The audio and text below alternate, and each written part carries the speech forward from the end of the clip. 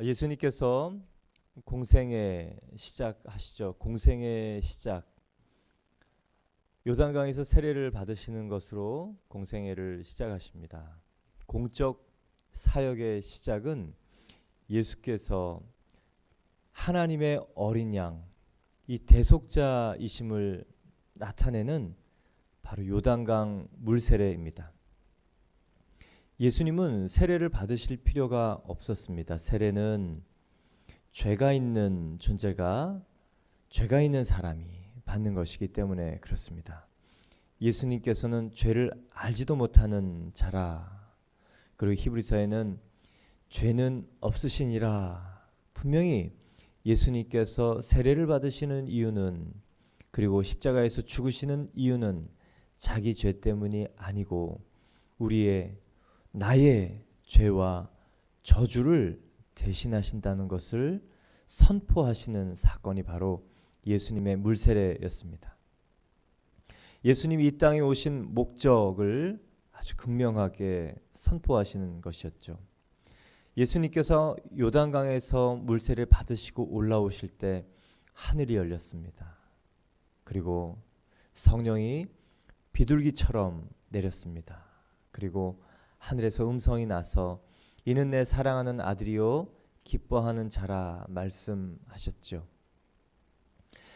예수님은 어떤 분인가? 우리를 대신하여 물세례를 받으시고 우리의 죄를 사하시려 십자가의 대속자로 죽으시는 그분은 하늘 문을 여시는 분이다. 인간과 하나님과의 단절된 그 교제를 연결하시는 유일한 길이다. 그래서 예수님은 길이시요 진리시요 생명이십니다. 그래서 유일한 하나님과 나를 연결하시는 아주 유일한 길, 생명의 길, 진리의 길, 너무 감사한 말씀입니다. 그래서 끊어졌던 모든 것들이 다시 우리에게 임해오는 것이죠. 무한 존재의 하나님과 다시 연결되었을 때 인간은 하나님이 인간에게 기대했던 이 땅에 하나님의 부왕으로 살 수 있고 하나님의 자녀된 권세로 이 땅을 다스릴 수 있게 되는 것입니다. 다른 말로 하늘 문을 여는 사람으로 하나님께서 우리를 세우십니다. 왜요? 예수 그리스도의 구속 사건 때문에 그렇습니다. 또한 예수님은 어떤 분인가? 성령의 기름 부음을 받으신, 성령의 충만함을 입으신 분. 왜요? 순종함으로 하나님께서 그 아들 예수에게 가서 대제사장의 일을 하라. 히브리서 7장에 말씀하실 때 예수님께서 맹세하사 뉘우치지 아니하시고 순종으로 그 일을 하셨죠. 대제사장의 일을 하라고 했지만 예수님은 그것을 이 제물이 되라라는 뜻으로 분명히 알고 순종하신 것입니다. 누구에게 성령의 충만이 있는가?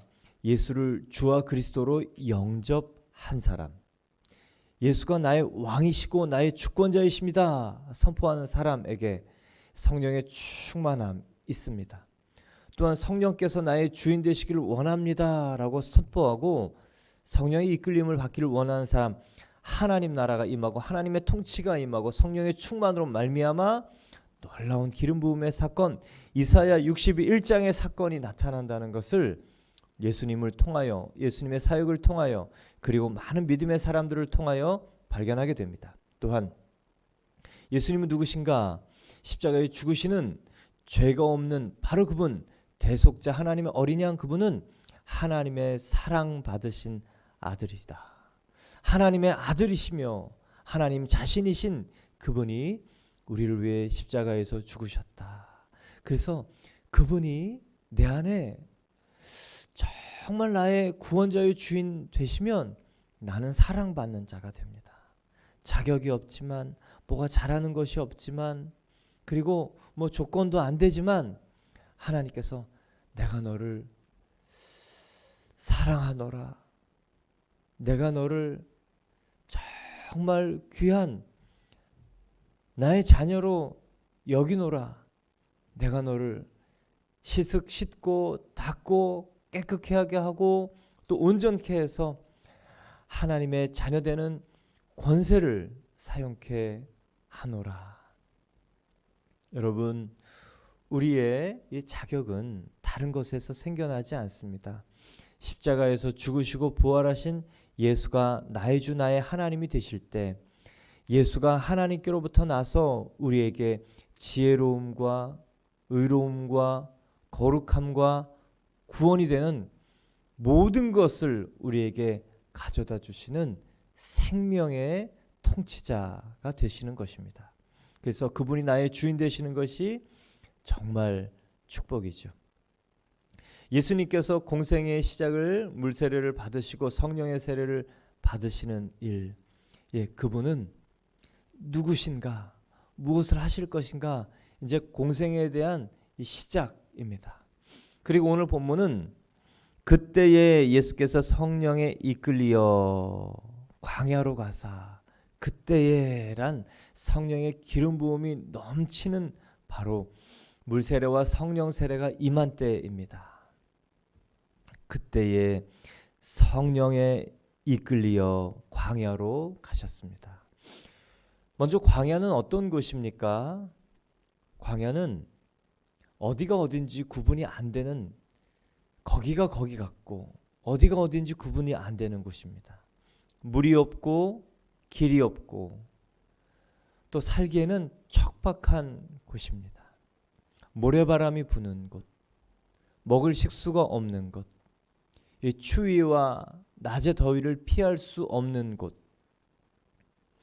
그래서 동서남북 구분이 안 되는 바로 그곳이 바로 광야입니다. 한마디로 광야는 사람이 살기, 사람이 거하기 쉽지 않은 곳, 어려운 곳입니다. 하나님께서 성령의 세례로 예수님께 하늘을 열고 충만케 하시고 이는 내 사랑하는 아들이여 기뻐하는 자라 말씀하셨으면 그 성령의 이끌리심으로 말미암아 이제 비단길, 꽃길로 인도하시는 것이 옳지 않겠습니까? 이제 정말 그분이 누구신지 알았으면 그분의 사역을 한꺼번에 활짝 열어서 예루살렘의 시온의 대로를 여셔야 되는 것 아닙니까? 근데 오늘 설교 말씀의 제목처럼 성령에 이끌리어 간 곳은 광야, 앞뒤 동서남북 그리고 사람이 살만한 곳이 아닌 바로 그 광야로 갔다는 것입니다. 여러분, 오늘 이 말씀이 모든 하나님의 사람들에게 적용되는 말씀입니다. 아브라함 본토 친척 아비집을 떠나 내가 내게 지시할 땅으로 가라 하나님 말씀에 순종했습니다. 그 이후부터 갈등이 계속됐습니다. 가나안에 들어오자마자 기근이 생겼어요.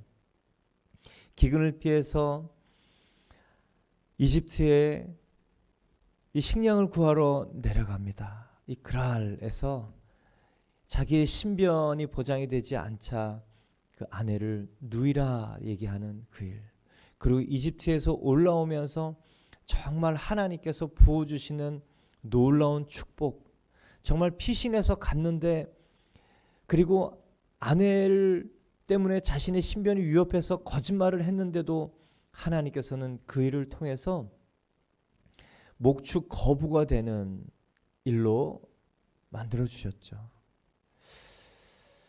그로 말미암아 이 조카와 어려움이 생겼고 다투게 되었고 이 조카의 이 목동들과 아브라함의 목동들은 불편한 관계가 시작되었습니다. 아브라함 믿음으로 시작한 그 여정, 여러분 하나님 말씀에 순종하고 또 믿음으로 시작한 그 일 속에 탄탄대로가 있지 않았던 이유는 무엇입니까? 갈등을 지나야 내가 나타납니다. 내가 나타나야 하나님의 사람으로 변화됩니다. 성령에 이끌려 간 광야에서 많은 하나님의 사람들은 그곳에서 하나님의 사람들로 변화되었습니다. 너무 많은 사람들이 성경의 샘플로 나옵니다. 요셉, 17세 요셉, 어린 시절 채색 옷을 입고 형들의 시기 질투를 받았던 이유가 무엇입니까? 꿈 때문입니다. 볏짚 단이 일어나서 자기에게 절하는 꿈, 해와 달과 별들이 자신에게 절하는 꿈. 예, 하나님의 꿈을 가진 자, 이제 그 꿈을 이루는 하나님의 첫 발자국이 무엇이었습니까? 형들에 의해서 팔려가는 죽음의 배신입니다. 그것으로 팔려간 곳이 노예, 애굽 한 장군, 애굽 한 장군의 집, 이 노예로 끌려가는 것이죠. 그리고 두 번째 스텝은 무엇입니까? 억울한 누명을 쓰고 정치범, 흉악범들이 가는 감옥에 처해지는 것이죠. 그러나 하나님의 놀라운 계획은 광야에서 연단되어서 하나님의 사람들로 변화되는 것입니다.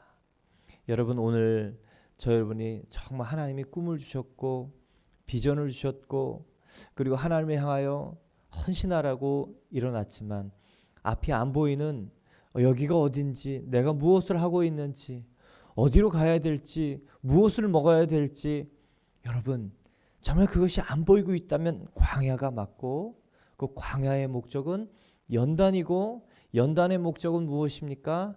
하나님의 쓰심입니다. 또 있어요. 다윗입니다. 다윗은 한날 양을 치고 있던 한날 정말 그 사무엘이라는 아주 그 기름 부음의 하나님의 사람이 와서 다윗의 머리에 기름을 붓습니다. 그 일 이후부터 다윗의 삶에는 생각지 않은 일들이 나타나죠. 골리앗 앞에 서서 골리앗을 무너뜨립니다. 싸움의 달인을 물맷돌로 쳐서 죽이죠. 이 국가적 영웅으로 한순간에 등극합니다. 그러나 사울이 죽인 자는 천천히요 다윗이 죽인 자는 만만이라, 이 사람들의 칭송에 못 견디는 한 사람, 이 사울의 압제 때문에 그 길로 광야에서 짐승처럼 쫓겨다니는 13년을 살아갑니다. 네, 여러분, 하나님께서 다윗을 그 광야로 몰아내신 목적이 무엇인 줄 아십니까? 기름 부음을 받고 바로 왕위로 세워진 사울 왕에게서 발견되는 이 자기가 주인된 연단되지 않은 자, 그래서 하나님께서 후회하셨어요.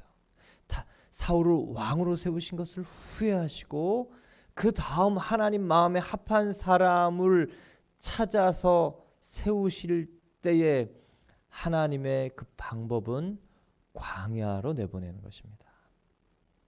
그래서 여러분, 정말 하나님을 만났어요.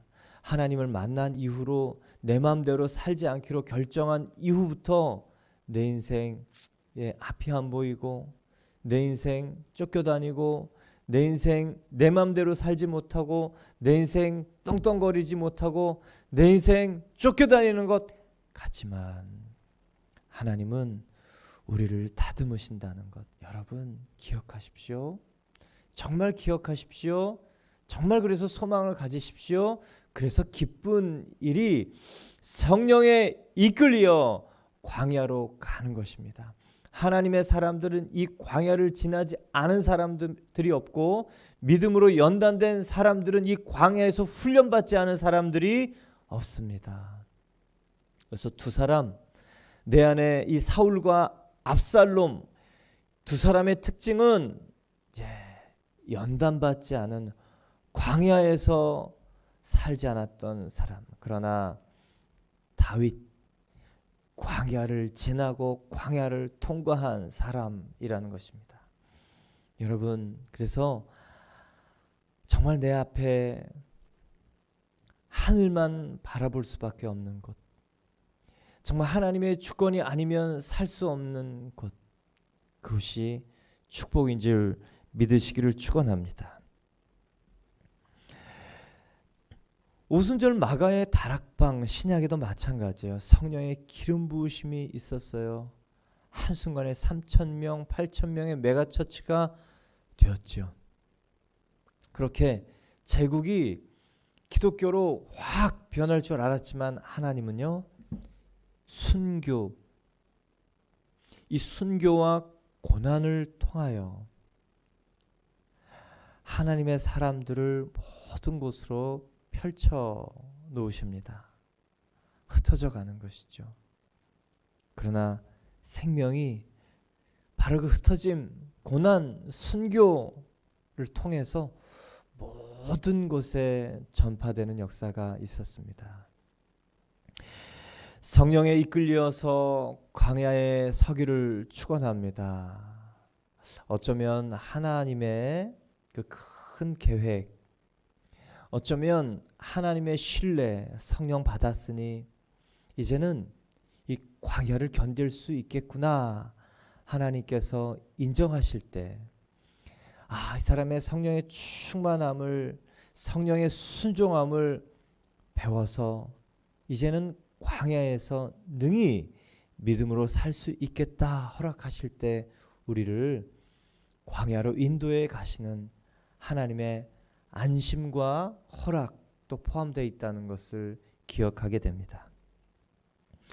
이제 두 번째로 보면 예수님께서 마귀에게 시험을 받으시는 일이 광야에서 있었습니다. 특별히 2절을 보면 40일을 밤낮으로 금식하신 후에 줄이신지라, 두 가지 포인트를 발견하게 됩니다. 40이라는 숫자에 담긴 의미, 그리고 금식, 인간에게 사단이 접근하는 방법, 인간의 연약함, 위크 포인트를 공격하는 것, 이 사단의 전략과 그리고 40일이라는 숫자, 이 40이라는 숫자는 성경에 반복적으로 계속적으로 등장합니다. 노아의 홍수가 이 40일 동안 창일하죠. 완전히 새롭게 시작하시려고 하나님께서 이 연단, 심판을 나타내는 것이 바로 40 노아의 홍수입니다. 뿐만 아니라 모세가 40년 왕자로, 이집트 왕자로 살고, 그리고 자신의 의로움으로 히브리 민족들의 이 구원을 이루고자 했을 때 살인을 하고 도망한 곳이 미디안 광야입니다. 그리고 그 광야에서 무지랭이 목동으로 40년을 살죠. 그 40년은 무엇입니까? 죄에 대한 심판입니까? 물론 그것도 포함되어 있지만 하나님 편에서는 연단이에요. 또 있습니다. 출애굽 한 이스라엘 백성들이 간 곳은 광야이고 그곳에서 40년 동안 헤매입니다. 목적은 무엇입니까? 신명기 8장 2절, 낮추시고 겸손, 시험하사 순종, 겸손과 순종, 이집트 세상의 사람에서 겸손, 하나님의 주권을 인정하는 사람, 그리고 순종으로 가나안을 정복할 수 있는 사람으로 변화되는 것이 광야의 목적이었고, 그 기간이 40년, 바로 이 연단의 시간이었습니다. 40이라는 숫자는 심판이요 연단입니다. 그런데 이 심판이요 연단이라는 뜻 가운데 함축되어 있는 목적은 무엇입니까? 역시 준비예요. 하나님이 홍수 하신 목적은 무엇입니까? 멸망입니까? 아니요. 하나님을 경외하는 노아를 통해서 정말로 하나님께서 새로운 하나님을 경외하고 신뢰하고 예배하는 사람들을 새롭게 시작하려는 하나님의 심판이자 그리고 준비입니다. 또한 모세를 목동 40년으로 무지랭이로 지내게 하신 이유는 무엇입니까? 위대한 하나님의 이 출애굽의 사건을 믿음으로만 이끌어갈 수 있는 유일한 그 믿음의 사람, 자신의 경력, 학력, 그리고 과거의 어떠함, 실패, 낮은 자존감, 후회가 아니고 오직 순종과 믿음으로 하나님의 일들을 출애굽을 해갈 그 사람을 준비시키시는 시간이 바로 광야 40년. 이 연단의 시간 같지만 사실은 그 연단 속에는 하나님의 위대한 목적, 그 사람을 향한 소망, 그래서 준비시키는 기간이었습니다. 또한 광야 40년도 마찬가지죠. 출애굽한 백성들이 이집트 세상 사람에서 가나안 하나님 나라를 다스리고 정복하고 펼쳐낼 수 있는 하나님의 사람들로 변화되는 시간으로 40년, 이 준비의 시간이었습니다. 또한 예수님께서 부활하시고 이 땅에 계시던 그 40일은 무슨 시간입니까? 제자들을 준비시키시는 시간. 구약의 예수에 대하여 또 시편에 또 선지서에 예수님의 십자가와 부활, 그리고 예수님께서 그들에게 사명을 주시고 죄사함의 이 놀라운 은총과 가서 복음을 전하라, 성령이 충만해지고 증인이 되라고 준비시키시는 바로 그 기간, 부활하신 예수님이 함께 계시면서 정말 부활이 사실이고 정말 예수님이 온 땅의 주권자이시며 그리고 이제 승천하셔서 보좌에서 다스리시며 우리의 모든 그 일들을 우리를 향해서 펼쳐내라고 권세를 주시는 바로 그 기간이 예수님의 부활하신 승천하시기 전에 40일입니다. 여러분, 오늘 이 40이라는 숫자, 성령에 이끌려 간 그 의미, 바로 하나님의 사람들의 연단과 준비와 같은 숫자, 그것이 바로 40이죠. 오늘 저 여러분이 이렇게 구할 수 있기를 바랍니다. 하나님, 저를 연단하여 주시고 준비시켜 주십시오. 이 40일 앞뒤가 안 보이는 시간, 자존감이 무너지고 자존심이 박살나고 정말 주시는 대로 먹고 그리고 이끌리는 대로 가고 정말 내가 어딘지 여기가 어딘지 무엇을 하는지 모르는 그 시간 같을 바로 그때에 하나님은 제 속에 저희 안에 있는 모든 이 사울의 훈련받지 않은 곱비 메어지지 않은 그리고 악한 본성의 자아들을 완전히 제하시고 그리고 우리를 주의 사람으로 변화시키는 그 일을 행하여 주십시오. 기도하는 저와 여러분 되기를 축원합니다. 저와 많은 믿음의 사람들은 그렇게 40일이 필요했고 그렇게 성령에 이끌려 연단 받는 것이 필요했어요. 왜요? 우리는 사람이기에. 그러나 예수님은 사람으로 오셨지만 하나님의 아들이시기에 연단이 필요 없는 분이셨습니다. 죄가 있는 존재만 연단을 받는 것이기 때문이죠. 그러면 예수님께서 성령에 이끌리시어 광야로 가신 목적은 무엇인가? 성령이 무엇을 계획하셨는가? 마귀에게 시험을 받으시는 것. 여러분, 시험은 욕심이 잉태한 즉 죄를 낳고 죄가 장성한 즉 사망을 낳는다고 하는 이 시험은 죄의 존재, 욕심에 잉태돼서 시작되는 것이 바로 유혹이고 죄입니다. 그러나 예수님은 죄가 없으셨기에 연단 받으실 필요도 시험 받으실 필요도 없었습니다. 그러나 예수님께서 오늘 시험을 받으시는 이유와 목적은 무엇입니까? 한 가지. 첫사람 아담은 에덴 동산의 모든 것 가능했지만 딱 하나 하나님께서 금하신 것이 있습니다. 선악과 그것을 먹는 날에는 정령 죽으리라. 그 안에 독이 있는 것 때문에 그렇진 않았습니다. 하나님께서 인간과 하나님과의 그런 이 경계선, 하나님을 존중하는 자를 존중하고 하나님을 존중하는 자에게 주어진 권세를 사용하기 위해서 그어놓으신 바로 그 선이 선악과였죠. 시험하기 위함인가? 아니요. 오히려 인간의 하나님을 존중하는 마음을 드러낼 수 있는 시금석이었습니다.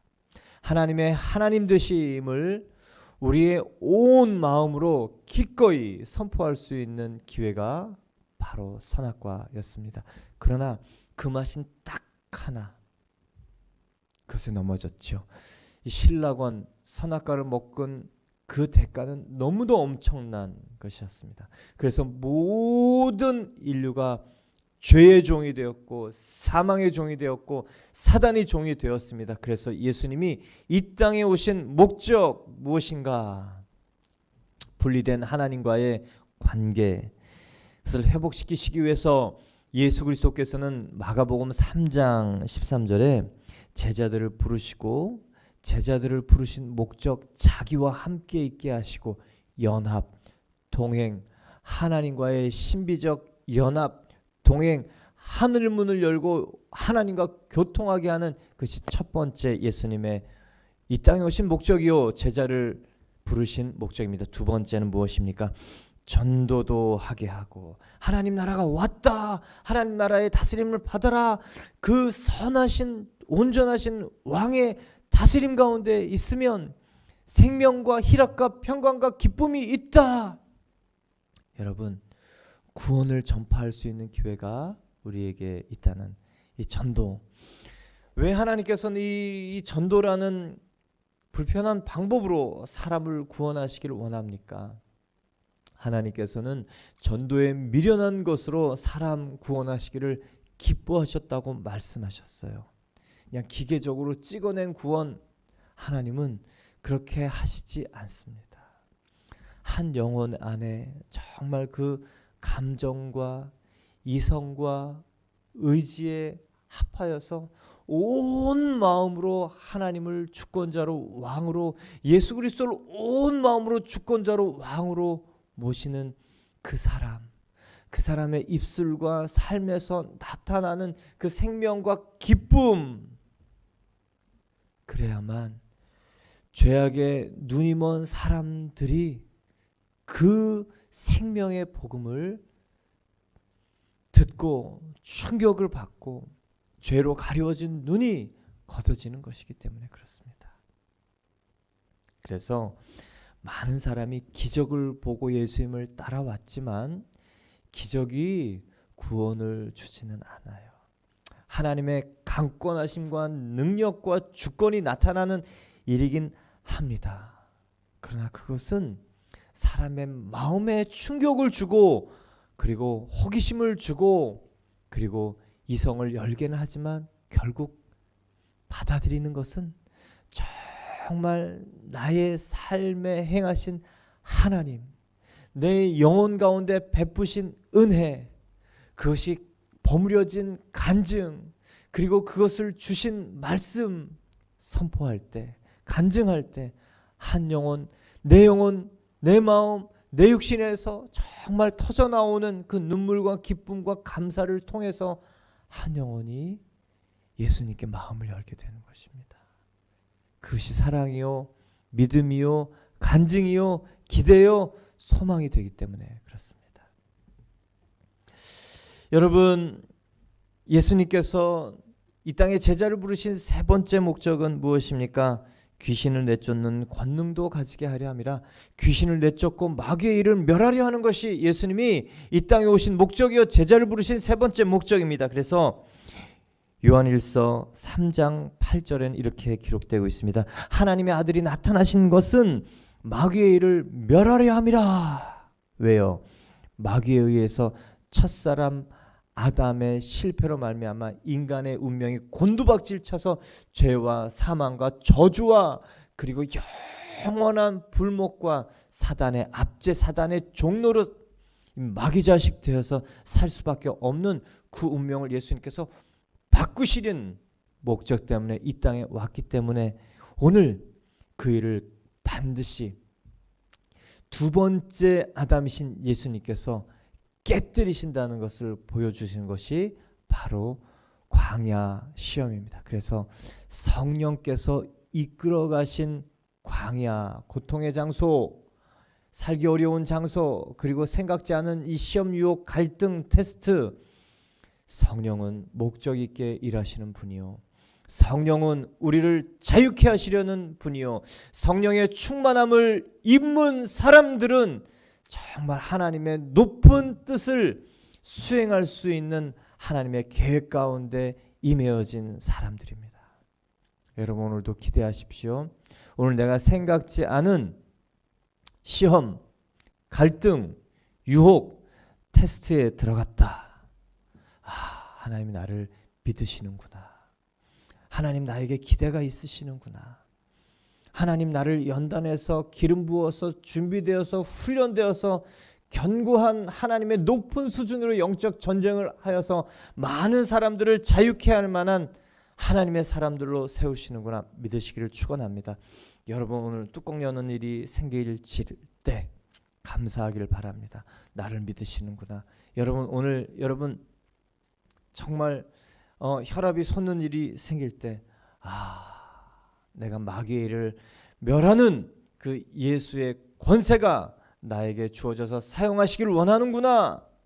여러분 오늘 그 믿음, 오늘 성령에 이끌려 서 있는 곳에 마귀를 이기고 시험을 이기고 유혹을 이기고 갈등을 이기고 오히려 그 일들이 장애물이 아니라 광야가 시온의 대로로 변하는 놀라운 사건, 그 광야에 큰 길이 나고 사막에 큰 강이 나고 그 광야 자체가 하늘이 그냥 뚝 떨어져서 열리는 놀라운 은총의 자리 될 줄 믿습니다. 오늘 저 여러분이 연단의 시간을 지나고 있다면 모세처럼 그리고 요셉처럼 다윗처럼 하나님 주님이 행하시는 일 주님 끝까지 행하셔서 주님이 기대하시는 사람으로 서게 해 주십시오. 나를 빚으사 정말 주의 마음에 합당한 것을 선택할 수 있는 사람까지 나를 이끌어 주시옵소서. 성령의 충만함으로 이기게 해 주시옵소서. 마귀를 대적하는 것은 하나님께 순복함으로 순종함으로 말씀으로 그리고 순종으로 이기는 사람 되게 하여 주시옵소서. 오늘 그렇게 함께 기도하며 주 앞에 나간 하루 되기를 축원합니다. 우리 함께 기도드리겠습니다.